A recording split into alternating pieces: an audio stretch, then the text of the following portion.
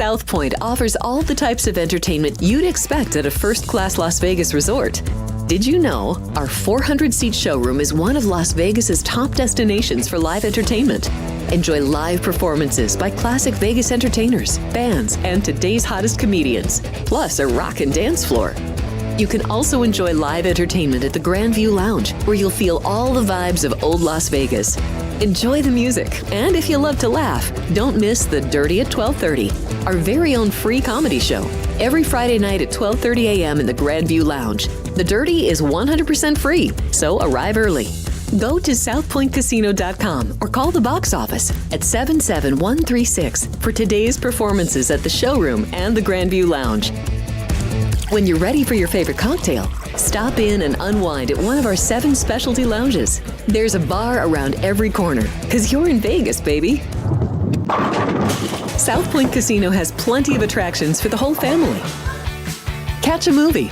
Our 16-screen movie theater includes 2 XD Extreme screens for the ultimate in viewing, sound, and luxury.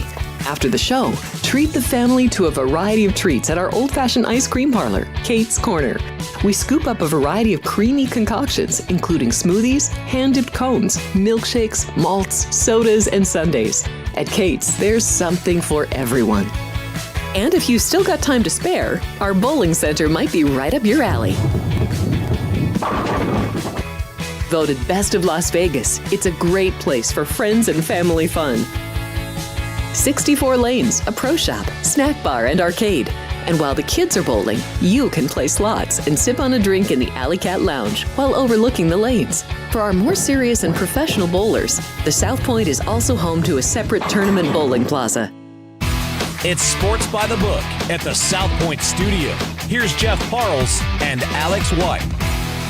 Good morning. Welcome in. It is Sports by the Book live here at the South Point. I'm Jeff Parles. She is Alex White. Good morning, Alex. Good morning. Very excited about tonight. We've been waiting for this since we knew that Canada would be in the final game tonight. Is there a hockey game tonight? There is a very big hockey game tonight. Yeah, Four Nations title tonight in Boston. Don't worry. We'll have a full preview of that in 5 minutes from now.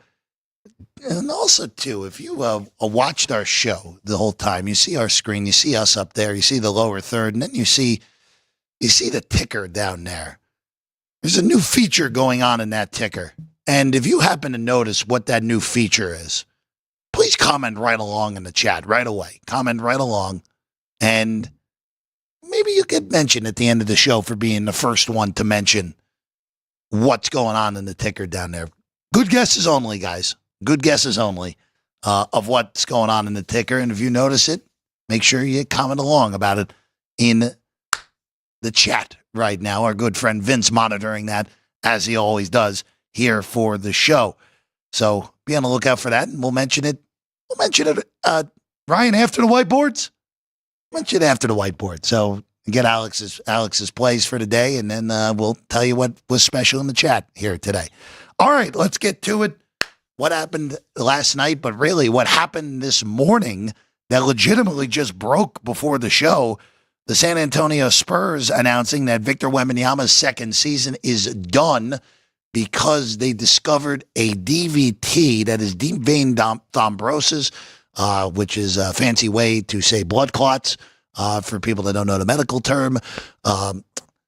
His season's over, which stinks. Right shoulder, which is super, super rare for a DVT. Usually you hear about those in the legs, and those can be dangerous because they can then travel up your body into your lungs. Pulmonary embolisms could occur with that.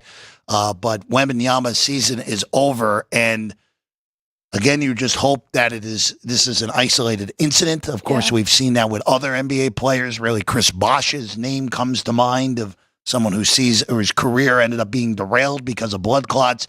You just hope Wembanyama, who is really just a unicorn body structure-wise, that this is just a one-off, and the Spurs seem to think it is, but we'll see, and we hope for the best for Wemby after a spectacular year, too.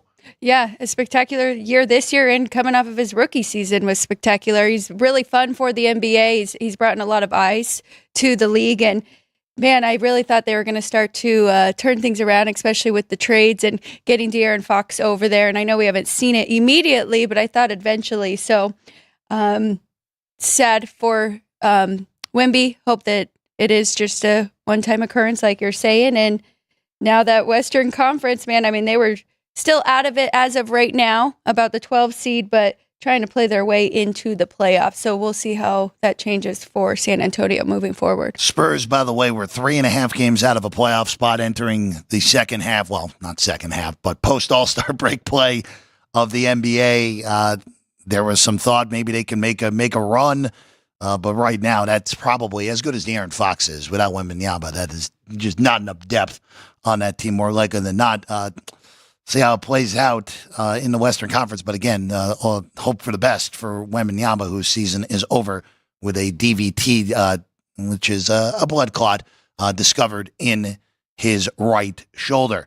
All right. Also, note of non-betting related things, but it could impact your NFL thought in offseason. The salary cap, which was expected to go up, is going up. It could peak at $282 million. That's $50 million more on the last 2 years. Again, more so than anything, this just helps out teams who were not going to have a lot of space to begin with, more so than anything, Alex. So at least just something to monitor this offseason. The Cincinnati Bengals come to mind. I feel like Joe Burrow had been talking about this and hoping to get both of his guys paid this offseason. So we'll see what happens. That is very interesting and a big jump in the last 2 years for the NFL. And more money, more salary cap. Yeah. And simple as that. Dolphins, probably the one that probably aided the most. Won't be as broke as they were going to be going into the season, at least from a cap perspective.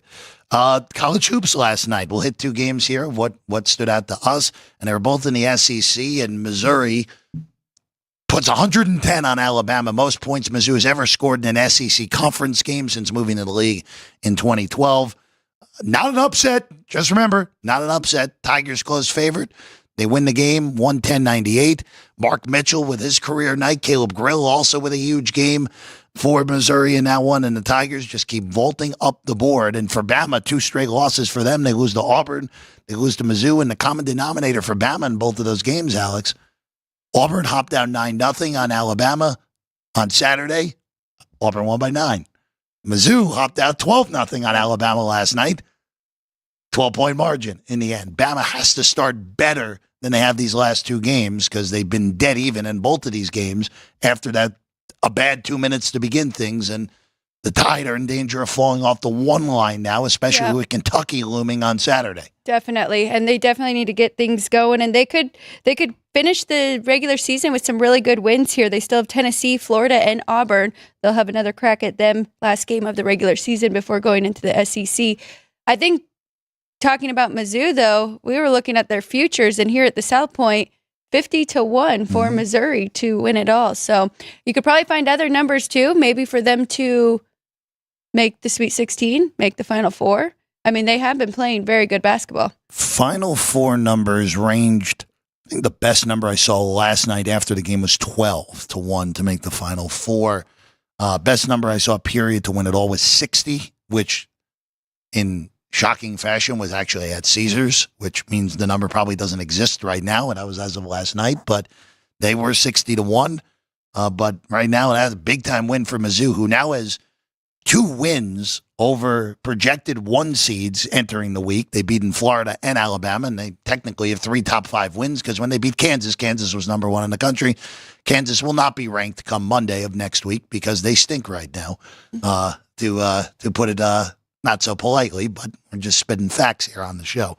All right. The other one, Auburn. How about this? Auburn, credit to your dad, who was all over this last night, Alex. Arkansas had a shot to win that game. That game was tied in the last 90 seconds, but the Hogs just come up short. They end up covering easily. Auburn wins by 7, 67-60.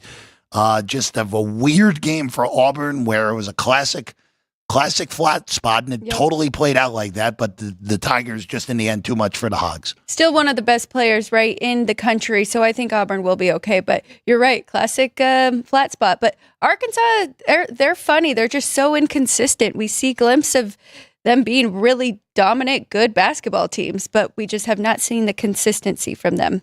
Arkansas gets Missouri in a rematch of a game we've already seen over coming up on Saturday. First time Arkansas played Mizzou. Mizzou won by 18, and it wasn't even that competitive. Auburn over the weekend gets Georgia. By the way, I want to pivot back to Bama real quick. Alabama's current stretch that started with the Auburn game. Auburn, Missouri, Kentucky, Mississippi State, and then the final 3 games of the year are just sick. Their final 3 games of the year for Alabama are at Tennessee, Florida, at Auburn. I mean, that's just sick. It's just sick. Legitimately, you're playing in this stretch. Every team is in the top 30 at Ken Palm. All but one of them are in the top 20. Yep. Just sick stretch Alabama's on to end the season. And you know what? If they can find a way to go 3-4, that's honestly not terrible with how good the competition is down the stretch. That means they're probably winning these next 2 games and then stealing at least one of those last 3 against Florida, Tennessee, and Auburn to end the season. By the way, that's 5-4-2 in Ken Palm. That's just sick to end the year, to say the very least. All right. Oh, one more also, because we also won on this game. Miracle cover for you on Cincinnati last night. Miracle cover down 9 with 17 seconds to go in regulation.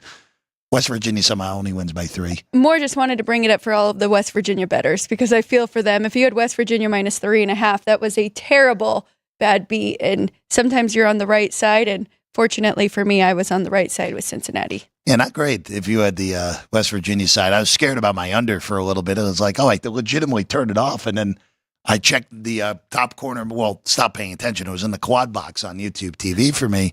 And I look up and all of a sudden they're at the monitor and it's a 3-point game. It's like, what the hell happened here? What? The game was over. And Cincinnati had a wide open look from straight on and just missed it short. And West Virginia held 62-59. Side note that nobody probably really cares about, but yesterday was my favorite quad box that I have had yet in college basketball. I didn't even have to create it myself, and I actually had a bet on all 4 games. Well, I didn't have Georgetown, and that was in one of my boxes there, but my dad did, and that we should have both followed him there on his reasoning, and Georgetown was definitely the right side, and that was a huge line swing the other way, but yeah, so they're doing good things over there, YouTube TV. Yeah, now that they actually have most of the quad box, still need to make it fully customizable. They still haven't quite done that properly. Getting there, but not all the way there. All right, 4 Nations final. Let's go there first. Let's start with the 4 Nations final here today. USA, Canada, winner take all. Of course, both of these teams have losses in this tournament. USA loses a really meaningless game to Sweden on Monday. Canada, of course, lost to Team USA on Saturday. So there's a second meeting in 6 days for these teams. And Alex, as we've talked about going in, these teams are dead even in basically everything but goaltending. That's really the only thing where I think if there's a distinct advantage, it is to Connor Hellebuck. Unless Team Canada finally makes the switch to Aiden Hill from Jordan Binnington, which I don't think is coming at this point, which I floored that Binnington has started this whole tournament for Canada, Alex. I think it would be a big mistake to make that now going into this huge game. But I mean, the big noisy part about this is that Hellebuck can't win the big game. Correct. And we saw him actually make some adjustments. He did let one go against Canada, and then he was dynamite. So I do expect to see that again from him. I hope the moment doesn't get too big because he does have some things to prove here in this matchup. But I agree, pretty dead even, but I do think Hellebuck is the it factor here for USA. So the prices right now are all over the place right now. Some books offering dime line, South Point not quite yet, but if you want Team USA, it is the exact same price as most of the dime line shops that are out there right now here in Vegas. Minus 105 on Team USA. Canada, this is the only book that Canada is favored at. So if you like the Canadians, shop around and go elsewhere here tonight. And I do like the Canadians here tonight. And this is just solely off of whoever won on Saturday, regardless of if it was Team USA or Canada. I would be on the other side in the championship game. These teams are just so dead even that I think it's going to be nearly. And look, if Team USA doesn't, credit to them, because it will be a spectacular win and it will be a very meaningful win for USA hockey. And also, regardless, with all the geopolitical nonsense that's going on right now between the two countries, this is a very meaningful game for Canada as well. But when it's all said and done, I did get the -105. I bet it at Superbook. So be on the search for that. But I am on the Canadians here tonight because these teams are just so even that it is very hard for me to go opposite of what we just, or it's very hard for me to pick the same team that just won. So I'm on Canada here tonight, Alex. I can't fault you at all. You know I love the home revenge. USA went to Canada, beat them on their home ice. Now they're coming back here to Boston. You know this Canadian team is going to be ready, and they're going to give it their all, especially right out of the gates. But I have a future on Team USA. I'm not going to spoil it. I'm not going to do anything else side or total-wise. I'm not even going to go under, which I do think is the right side that my dad is on as well. But if USA can score 6 goals, I'll be happy with that. I don't want to try and middle there. But I did do some prop bets as well, and one of them actually kind of goes with yours. I'll start with the Canadian side, and that is Cal McCarr, because he was not available in the first game against USA, and he is a huge piece that could really help them in this one. So I went over 2.5 shots on goal for him at +120, and then I did take a couple on the USA side. Jack Eichel has had an assist in every single game so far in this Four Nations. I got over half assist at +113. If you want to lay a juicier price, you could go over half a point at -136. It might be the do factor. He may actually score, but he is on such a good line here with Brady and Matthew Tkachuk, and he's been a facilitator. That's what we've seen him do in every single game. So I love the over half assist at +113. So those are my two main ones. I did take one more shots on goal with Zach Werenski for USA from the Columbus Blue Jackets. Over 2.5 shots on goal for him as well at +120. Anything for you with anytime goal or first goal scorer? So I'm happy you brought that up because right in front of me, I have 2 sheets of paper. Hey, I got it in the shot, but you can't see my face. That's probably better for everybody. You have the props, which is team totals for both teams, which 2.5, which makes sense in the 5.5. They really bet the under on both sides because Chris opened at $1.45 on the over. So flip back to the Canada one real quick. So Canada is now over 2.5, -120, unders even. And then go ahead back to there you go, -130. That's so interesting. And it's just a matter of how they've taken the money. Canada favored in the game, but Team USA with the better, with a -130 over 2.5. Canada -120 over 2.5. Interesting. But that could also play out. Game could be 2-1 very easily here. In this one, all these players available, starting with McKinnon all the way down to Marner here for anytime goal scorer here at the South Point. It feels like one of the big dogs is scoring here tonight, and I don't mean that by underdog. I mean that by big time player. When I mean big dog, I should be more specific with that. But it feels like this is a McDavid night. This is a McKinnon night. This is Marner's been playing on that top line. A Marner night for Canada on Team USA's end of things. I mean, look, Austin Matthews, of course, this is the biggest game, even though he's not 100% healthy. Yes. This is the biggest game Austin Matthews has played in. Like, again, we know the Maple Leafs are a perennial choke artist, but this is the biggest game he's ever played in. But you are, like I just said, and you were about to say anyway, that health, and this is also the same thing with the Americans because McAvoy's not playing because of the shoulder infection. There are a bunch of injuries in this game on both sides that you still got to keep monitoring going into this. Definitely. That one does just make me a little bit nervous because Austin Matthews did come into this tournament a little bit banged up, and then we saw him miss the last game on Monday because of upper body soreness. So I would just be a little bit hesitant betting him in that one. I mean, you could say the same about Matthew Tkachuk, though, who did not play and who left the third period in the game before that. So, but the Tkachuk brothers, you know how tough they are. I think Brady and Matthew will definitely both be out there and playing as to their full strength as much as they can. But, I do think it is a big guy game for sure. I did put a little bit on, which does not go with my bet, but I would not be surprised if Canada scored first. And Sidney Crosby, who is not afraid of the big moment, we know that. And Chris Andrews is also like that one, so I threw a little bit on that for first goal scorer. That's it for goal scorers for me for today. These prices are still really good on the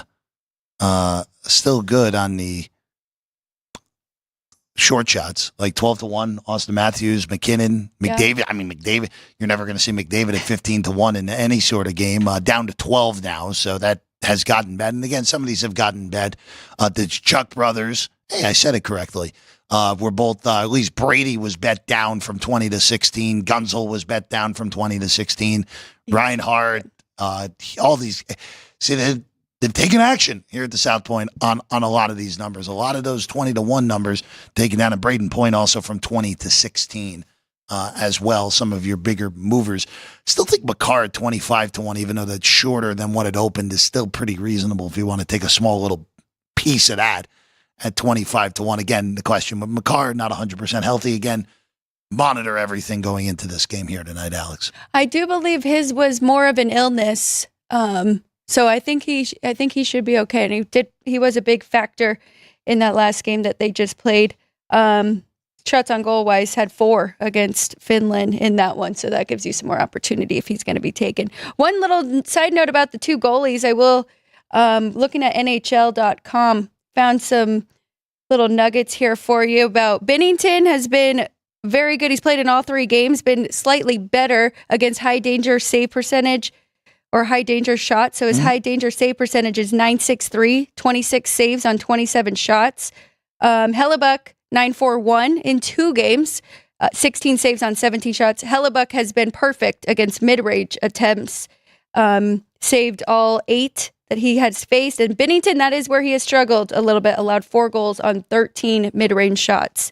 So only a .692 in mid-range save percentage. So we've already talked about, we do both believe that Hellebuck is he is the better goalie in this game, and that is where they have the advantage. But yeah, it's interesting. If you want to check out NHL.com, they have the speed that all of these guys have hit. Of course, Connor McDavid, top guy, and then McKinnon, next one, and then Jack Eichel is right there, the third guy, and then they have Matthew Tkachuk has had the most high danger shots on goal.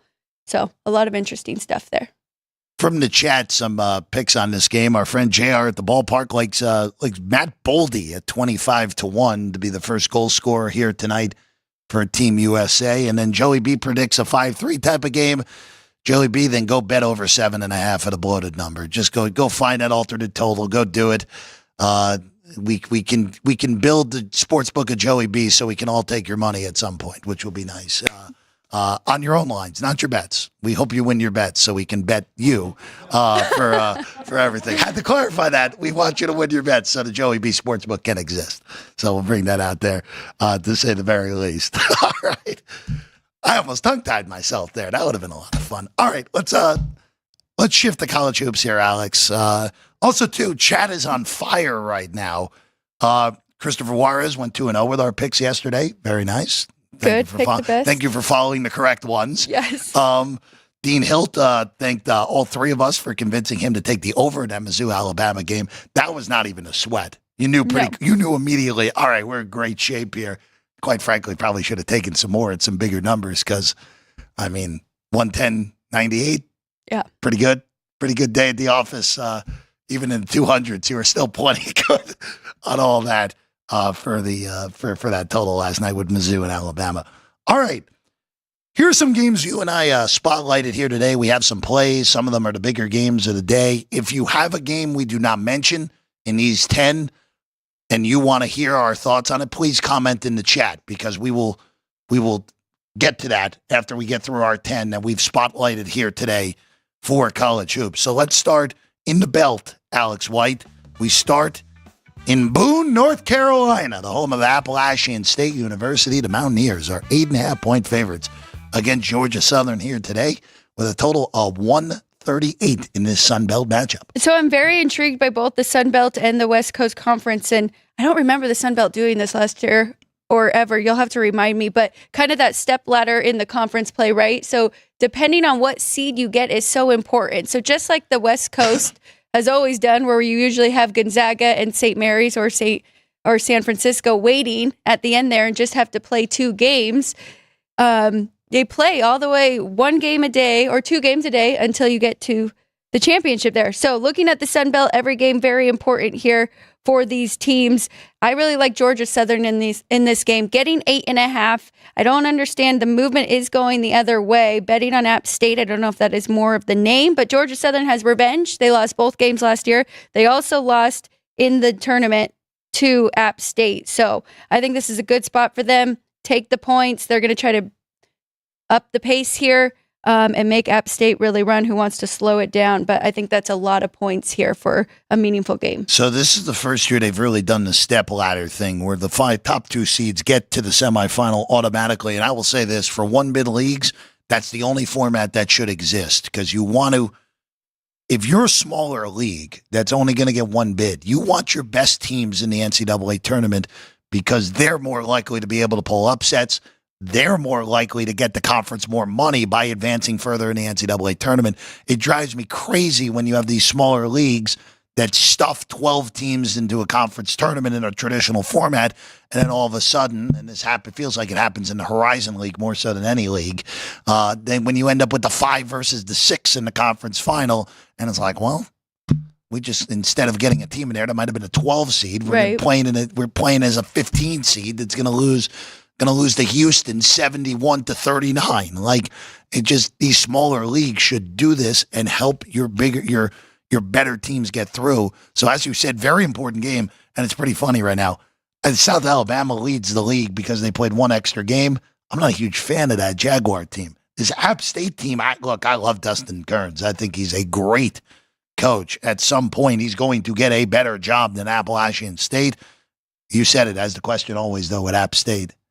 Their offense, always a little bit of a question mark. 242nd in offense on KenPom, Alex. Very good defensively, though. And we know that will be the tough part for Georgia Southern to hang around in this one. But, yeah, we've got a lot of Sun Belt games we will go through, and I've got a couple that I've highlighted because of this reason, and they're all really played. Of course, App State, sitting there at 5th, they're going to be playing hard each and every night, too. And that kind of makes it tough right now with the last few games because you do lean to the better team, but that's fine. App State can win, but I need Georgia Southern to keep it close in this one. 8.5.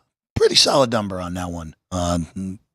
Basically just keep it in single digits, except for that 9 spot right there.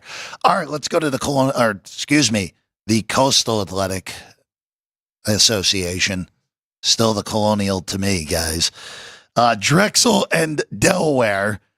Delaware is playing some awful basketball right now. They were 4-2 in the league. They just beat Elon in a really tight, fun game back on January 18th. And since then, they've only won once. They beat William and Mary, who's kind of tailspin. And we've talked about William and Mary a lot on this show. Great home team, horrible road team. And naturally, Delaware beat William and Mary in Newark, Delaware. So, of course, now they get Drexel. I feel like I've been on a Drexel game almost every single time they played, one way or another, which is weird. Kind of find these teams in the smaller leagues every year. I am taking the team that is playing poorly right now. I am laying it with Delaware at home. Now, the big question mark in this game, as it is always with Delaware games, can you get a stop? Can you get a damn stop? They're 339th in defense in the country. They are awful on defense, and they're actually pretty reasonable on offense. They're in the top 3rd in the country on offense, but they're negative 7.1 per 100 possessions because their defense is awful. But here's the deal with this game tonight. Drexel is not good on offense. They're 263rd in the country on offense. They're reasonable on defense. They're 150th. But at some point, and look, Drexel's lost 3 in a row and 5 out of 6 also going into this game. So both of these teams are struggling. Yep. I'm playing an Alex White-Kenny-like angle here also. This is revenge for Blue Hens. Blue Hens got handled pretty easily in Philadelphia when these teams played back on January 25th. Revenge, home court. Delaware's offense does enough here. Laid a 2.5 with the Blue Hens at home. Very low scoring game in that one, 67-54. So played more to Drexel's pace that they want to play at. So if Delaware's going to win this, they're going to want to pick up the tempo here in this one. I had nothing. I leaned to Drexel actually getting the points.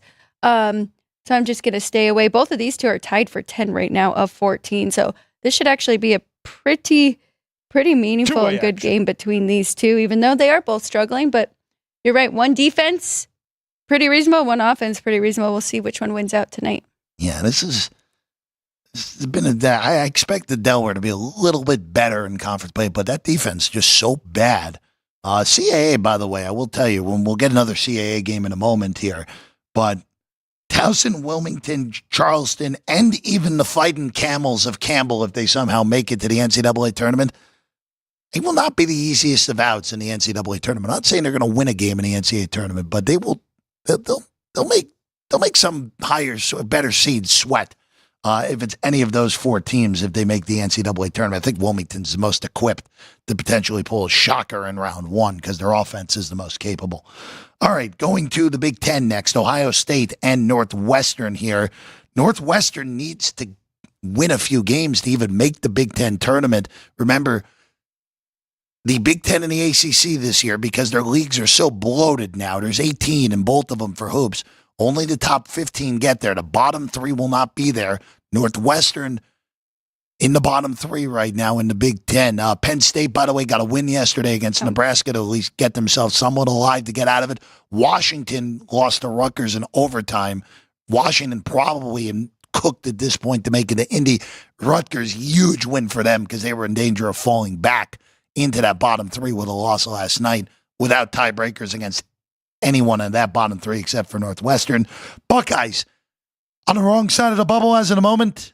A 10-point favorite here at the South Point. There's some 9.5 in the market as well, but that is in faraway places, Alex, with a total of 142. My number comes right here, 10 and 141 for this game, but I would like a reason to bet Northwestern, and you brought it up about the three teams not making the tournament, and we have seen all of these teams playing with desperation. Minnesota just got 2 wins. They swept the LA teams because they were falling down. You just said Washington and Rutgers goes to overtime. Penn State, that game was not even competitive. Road Nebraska. For a big chunk of that. So all of these bottom teams in the Big Ten are playing their hardest right now to make the tournament. So if anything, even though my number is right there at 10, I'd be looking to take the points here. With a desperate Northwestern team. I will tell you right now, Iowa is the team that's one spot ahead of the teams that are out of the mix. Iowa plays both Washington and Northwestern down the stretch. So those are some important games to at least keep your season going. Again, I don't expect any of these teams to rack off 5 straight wins in 5 days in Indianapolis. But hey, look, crazier stuff has happened in these conference tournaments as we've known. All right, back to the CAA here. Charleston and Northeastern for this one. Huskies have won 2 in a row. This is the 3rd straight home game for Northeastern. But for me in this one, this is just the talent gap that is an advantage to Charleston. Now, Charleston's 10-4 in conference play. Other than that head scratcher to Monmouth at the begin conference play, their other 3 losses in CAA play. They lost to UNC Wilmington twice. No issue with that. Wilmington, again, I think is the best team in the league. And they lost to William and Mary. As we've talked about, William and Mary, a totally different animal when they're at home as opposed to when they're on the road.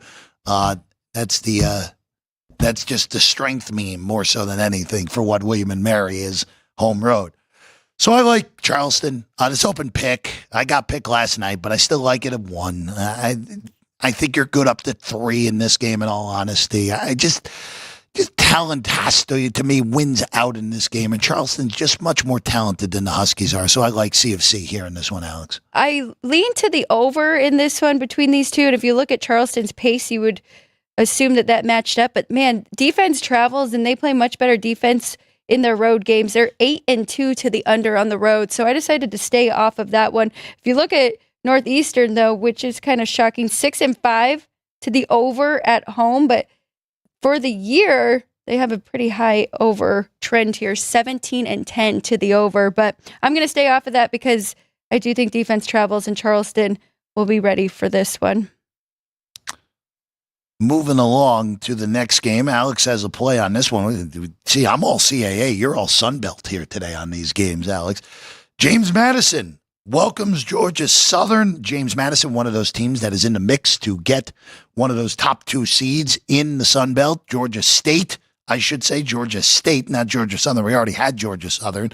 Alex is on them against Appalachian State. Yep. The Panthers here, big dogs on the road in Harrisonburg. 10.5-point line in this one with a total of 149. Of course, JMU right now tied with Troy for that 2 seed right now in the Sun Belt. So before adding in revenge, I have JMU as a 7-point favorite at home here against Georgia State.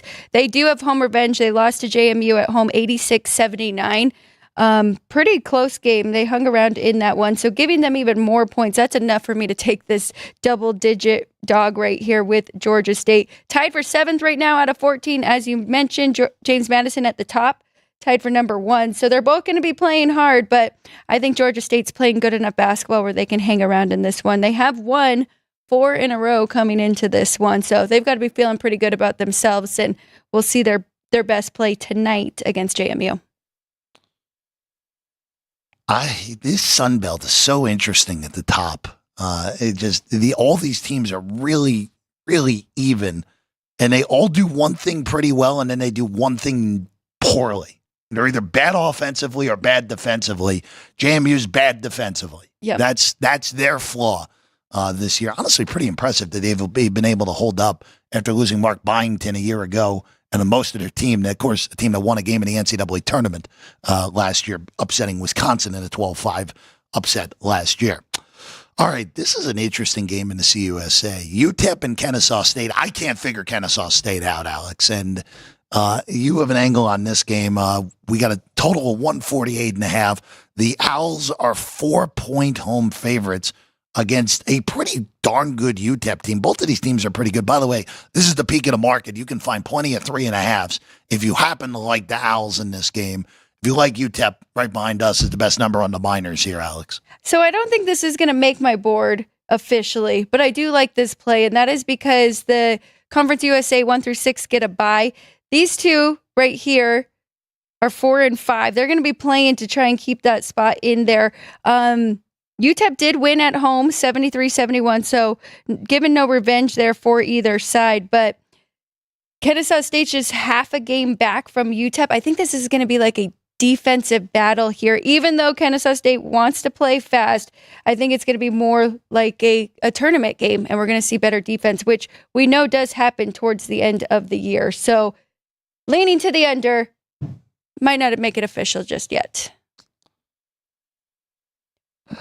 I mean, if looking at defense too, both of these two much better defensively than offensively. So that's another reason there. This USA is actually, again, this is the one good thing about NIL, even at the smaller scale. There are a lot of guys who are still hanging around that maybe would have moved up, before they're discovered and then move up. But again, this league pretty darn even in the middle.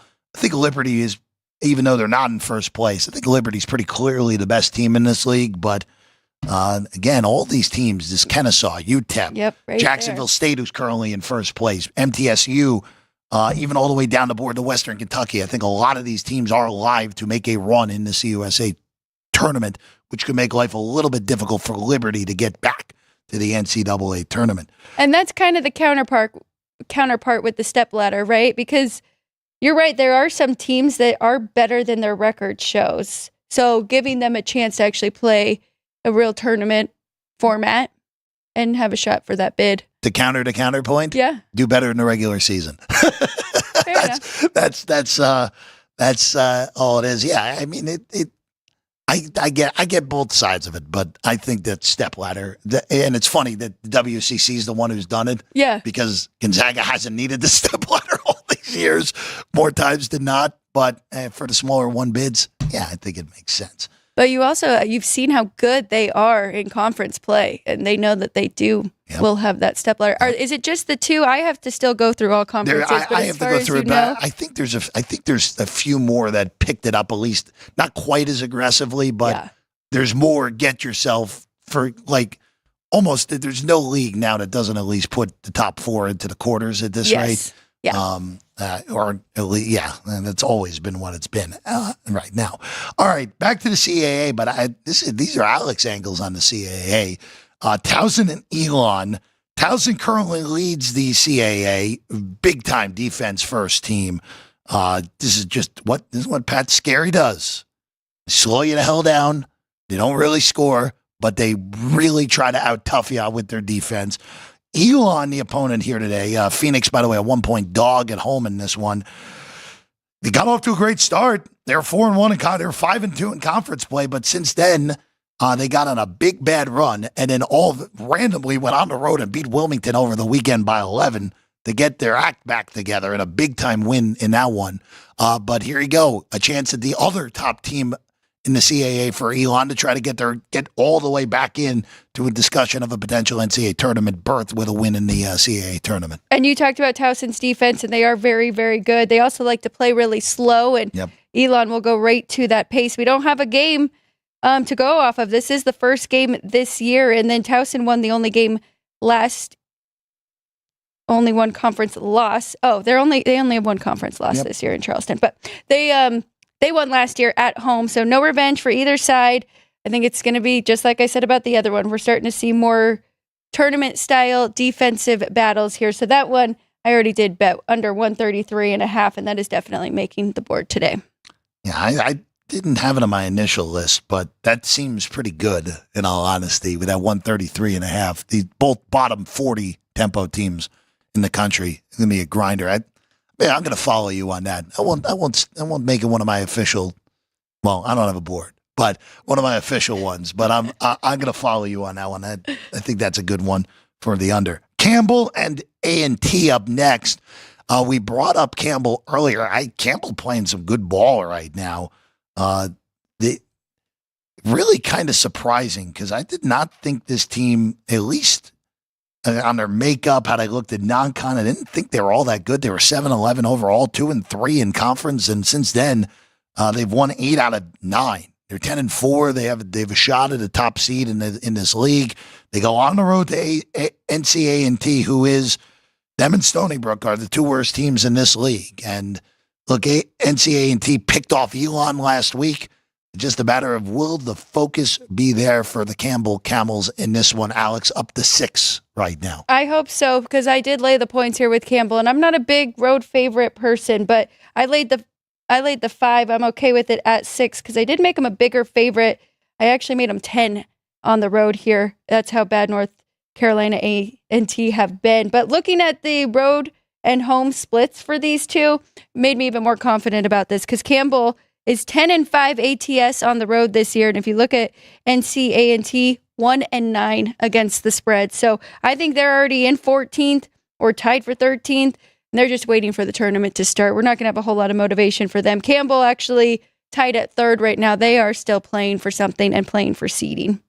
Yeah, it's been a rough year. Again, NCAA moves up from the MEAC a few years ago to come into the CAA. Again, CAA is losing Delaware this upcoming offseason. They'll move up, actually, because they're moving up to FBS in football. So that's the reason for that. All right, going to USC in Maryland here. The Terps have kind of just flown under the radar. They really have. When you have big guys of their quality, the Terps have, especially Mr. Queen, who is a stud, Derek Queen. If you have not seen him yet, he is awesome.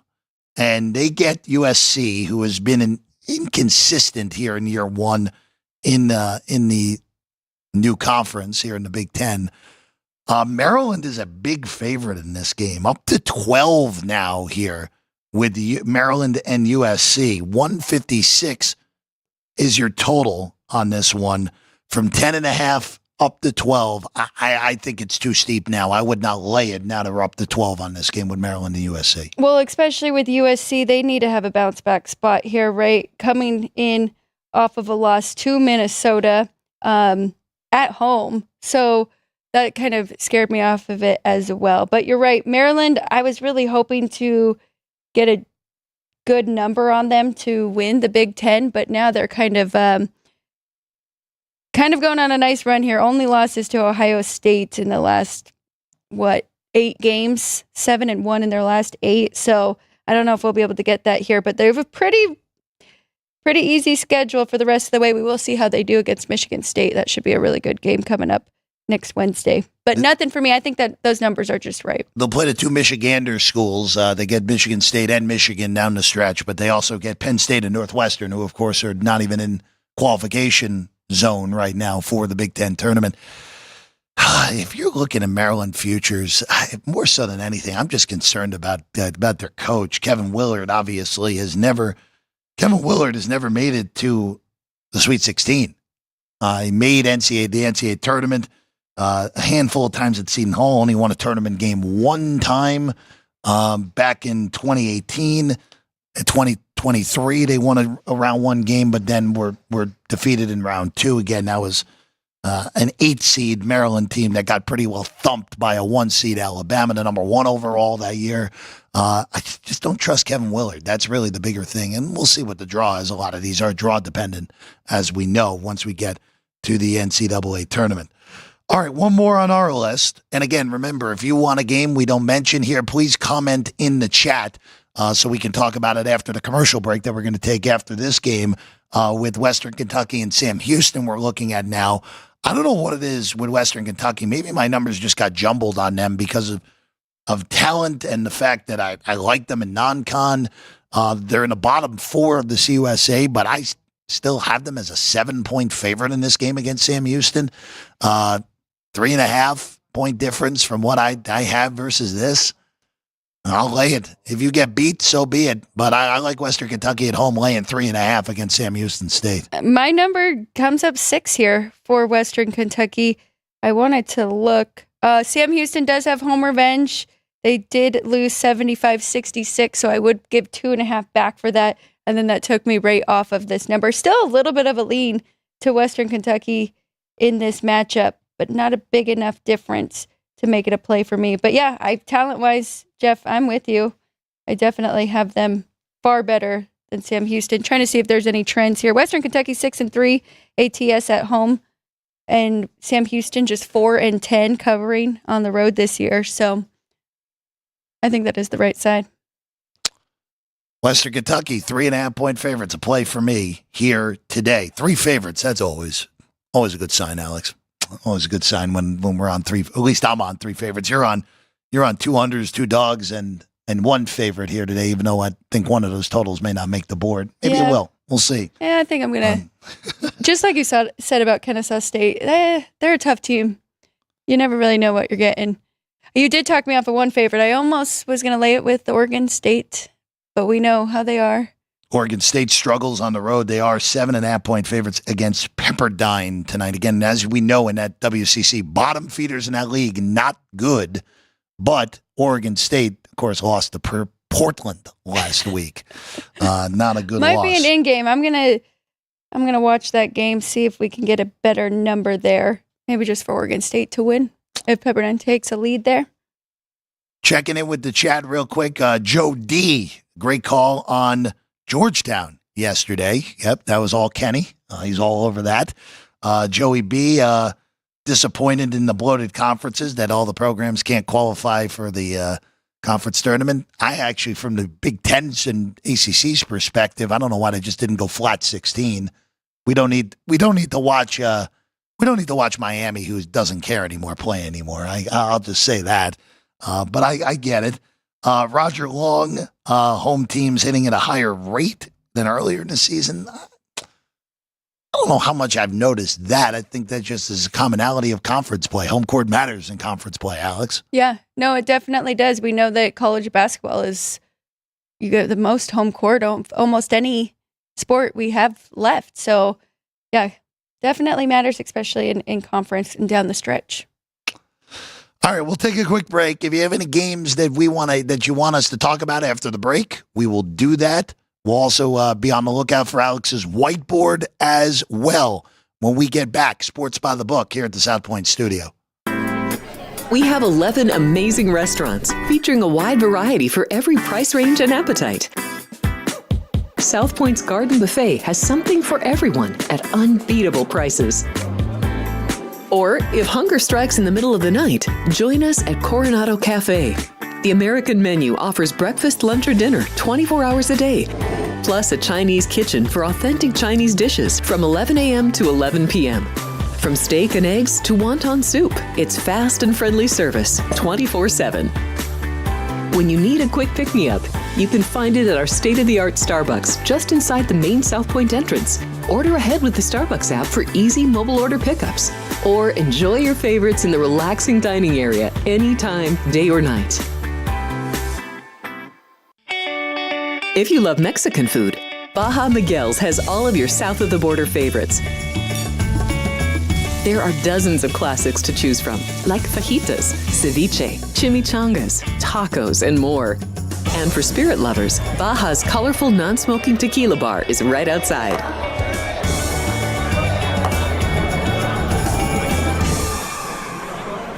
Or maybe you're in the mood for seafood. Big Sur Oyster Bar has fresh seafood prepared right before your eyes. Savor freshly shucked oysters, crab legs jambalaya, shrimp and lobster. Beers on tap and a selection of fine wines are perfect to pair with your seafood favorite. Whether lunch or dinner, you'll love this fun atmosphere, located just off the casino floor. Ready to shake things up? Step back in time and treat yourself to one of the oldest restaurant chains in the country. Steak and Shake, famous for original mouth-watering steak burgers and hand-dipped milkshakes in a variety of flavors. For some old-fashioned fun, try Steak and Shake. Get ready to laugh with Punchlines with Frank Nicotero. Join Frank and his team of featured guests for your daily dose of comedy. Reno, the Pittsburgh of the West. Poison. Yeah. Poison. Sports. F for Falcons, Alex. We were talking Derek Carr for MVP after 2 games. Okay, me. I was. And the funniest social media posts. People want to show off their food. Boom. Wiener on a guy's shoulder. It's the dark tones. We bleed blue. It's your one-stop spot for great laughs and a good time. Find us on YouTube at Punchlines FN. And join the chat live weekdays at noon Pacific for the ultimate blend of jokes, sports, and viral fun.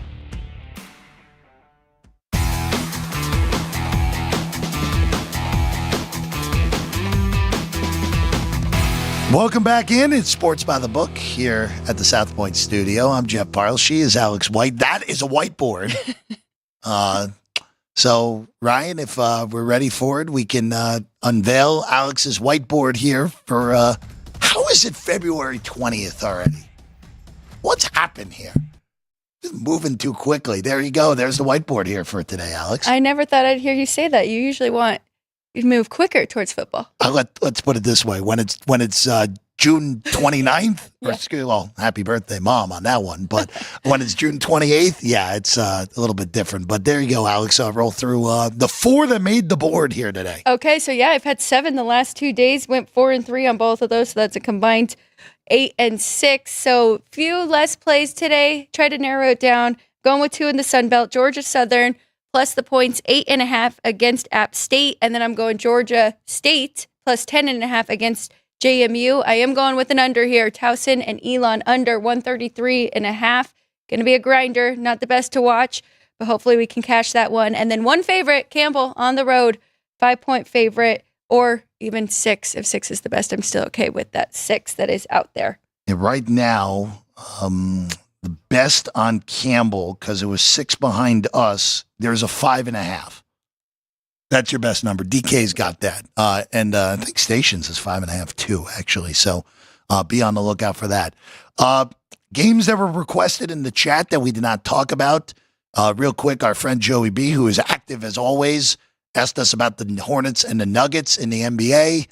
We know the rules, at least on my end. If I make an NBA pre-flop bet in the regular season, Ryan McCormick gets to come on set and smack me in the side of the head. So I have no opinion on this game. Alex, is there anything with that? No, I don't have any opinion on this game. Well, we know that the Hornets got in late, but... And they got a good win yesterday. Yeah, they did. Austin Reeves, a little bit aggravated yesterday. We'll just go with that. With the getting the tee, getting thrown out in succession. We'd love to know what he said to get the second tee that quickly. And then Dean Hilt asked us about a game that nearly made my card, and I actually agonized with this earlier before the show, and it's a good one in the Big West, where UC Irvine, where I've already said this on the show, that 5 seed who draws either UC Irvine or UC San Diego, assuming one of those two wins the Big West tournament just down the road from us at the Lee's Family Forum in Henderson, that is going to just be such a stinky draw for that 5 seed, because I'm going to be on either Big West team, more likely than not, assuming that it's not either Michigan State or Mizzou as that 5 seed. Irvine is a 6-point favorite in this game. CSUN has actually gone under the radar here as the 3rd best team in this league in conference play. Did not expect this at all from them to be as good as they've been this year. Total's 149. Alex, CSUN is the 5th quickest team in the country. Yep. Irvine plays this bizarro way of basketball where their offense stinks, their defense is awesome, but they run. So it's a very weird style that this Irvine team likes to play, which is part of the reason that I think they're going to be a very difficult out in the NCAA tournament. You're right, and more of a press defense, right? Trying to create some turnovers there, which they are pretty good at. I actually made this a little bit higher at 155, so I leaned to the over here. But the thing that scared me off of it is both of their defenses are better than their offenses. So if you're just going against using pace alone, yeah, it would be a nice overplay. But these two defenses are very good. Trying to see if I have any trends. 9-4 to the over on the road for CSUN there, and then 5-4 to the over for Irvine at home. So nothing crazy, a little bit lean there. I think you were more looking to the over because of Irvine's great defense. So I was initially, the initial thought was under, but then diving in more, it's like, no, you can't take an under when you have this sort of tempo more likely than not. I mean, this is probably going to be a 74, 75 possession game. That's very hard to go under in a game that isn't lined in the 150s if you're going to get that sort of tempo. So nothing for me. First matchup between these teams, Irvine won by 10 in Northridge. So nice win for Irvine. I would, if anything, I know you got the revenge angle here, Alex, but I would be, if anything, it would be, if you made me play it, I would find a dance partner for Irvine money line. Don't really love laying 6, but find some dance partner money line parlay with Irvine at minus 260. I think they win the game, but it could be tight here against Northridge. With the revenge, I would have this game at 4.5, which is about a 1.5 point difference. Not enough. I like to have a 2.5, but lean to the point. So depending, do we know which way this has moved? Which way they are betting this game? So right now, Irvine here at the South Point opened 6.5. It went up to 7, and I was back down the ladder to 6 total. The hook disappeared. It was 149.5. Down to 149 on this game. Well, if you joined us at the beginning, we told you there is a special feature in the ticker that's going to happen now. There's going to be a special feature down in the ticker every show on the weekdays. So keep that in mind if you're watching us Monday through Friday here at 10 a.m. And it was a trivia question. And there was a hockey-related trivia question here for today. And our good friend JR at the ballpark all over it, as we would have expected, in all honesty. Alex, 32 teams in the NHL. How many are Canadian? How many are American? And JR all over it. 7 Canadian teams, 25 American teams in the NHL at the moment. More so than anything, just to got to remind yourself there's 32 now in the NHL. More than anything, Alex. Yeah. Good job to JR. We appreciate you playing along. Please check for more ticker trivia, as Jeff mentioned, and we might keep a little tally here. Vince will, and could be a buffet or some kind of prize in the near future. Could be some sort of reward. We'll just leave it at that. Even if it's a glorified pat on the back from us here at the show, it will be some sort of reward. But JR off to the races. First one. Did anyone else get it right in the chat? By the way. Oh, JR, the only one who caught it. All right, very good. Way to go. I'm going to give you a sitting applause, JR, because you, my friend, are paying attention to what we're saying here on the show. I'll probably get to see JR next weekend. We have a college tournament happening at the ballpark. Ryan and will probably be there as well. And we have to give Ryan a shout out because I have a Soccer USA. Yep. It is Julie Ertz here, but he has an official Hockey USA sweater for tonight. So there we go. It's a pretty looking sweater. All those sweaters in that tournament have been awesome here for the Four Nations. By the way, as we get out of here today, numbers still steady on this. Again, shop around. If you like Canada, shop around. If you like Team USA, the minus 105 is in line with the rest of the market. You can get some minus 105 on Canada out there. So shop around. Superbook, Circa, both with minus 105. Here in Vegas, if you want that on Team Canada, which I am on Team Canada here tonight. Alex, of course, riding the USA future, but not taking a bite out of the apple here tonight on Canada. I am not. Not yet. Not yet. Famous last goes words. Up like 2 goals and I can get a juicy price, maybe a little bit back on Canada. But I don't know. I think I'm just going to enjoy this game and watch. And I mean, it's been so much fun already as it is. There's some great props out there as well. I know you can bet on if there's going to be a fight in the first 5 minutes. And if you really feel strongly about one or the other teams, you can always bet them in regulation. So you can get a better number on either side, whoever you do like. Absolutely. Again, shop around. Well, as always, we love it when the South Point has the best line, but you know what? Doesn't always happen. Doesn't always happen that the best available price on a certain side is here at the South Point. All right. Good show. That was fun. Alex, let's go 4-0 on your board here today. Let's get a 4-0. Jerry, Vince, Drew Dog, and Ryan, Sean, thank you all. As always, Punchlines comes up at noon. I will be there with Frank Nicotero, Punchlines FN, here today. Please don't let him take USA puck line. Oh, I'm conflicted right now. I'm conflicted because I'm on Canada tonight. Love you, Frank, but oh boy, this is tough. Well, I will tell you, Did he end up taking the puck line on Monday with Team USA, and what was the deadest of spots humanly possible? Yeah, we should have. I won't say anything that one. But all right. So we'll see you at noon on that. Gone Racing's 1:30 today, correct? Gone Racing 1:30. Brendan Gone, Jeff Motley, get you ready for the week in NASCAR after a rain-filled Daytona 500. Oh yeah. This week they are off to Atlanta, so they will get that going at 1:30 here today, live and always available at South Point Studio on YouTube.